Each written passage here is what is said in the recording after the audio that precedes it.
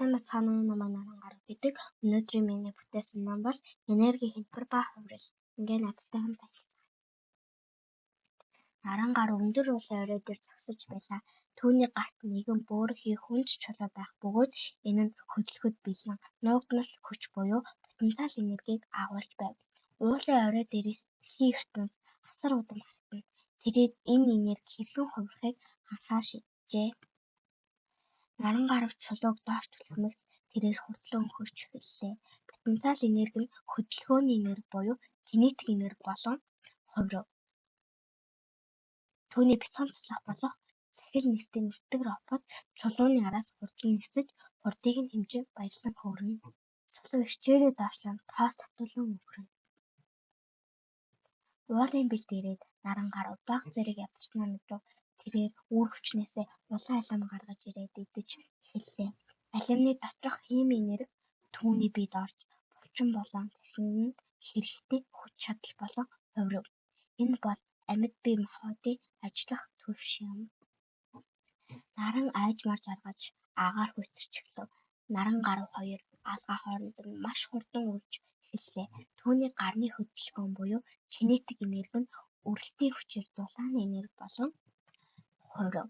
Цахил түүний гарт жижигхэн дулаан мэдрэгчээр хүрч дулааныг нь шалгана. Харанхуй болоход наран гарав халааснасаа нэгэн сонирхолтой тал гаргаж ирв.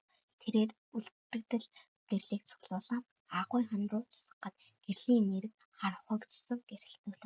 Гэрэл бол долгион болон бөөмбөсгийн гайхамшигт нэгдэл гэдгийг тэр санаж байлаа.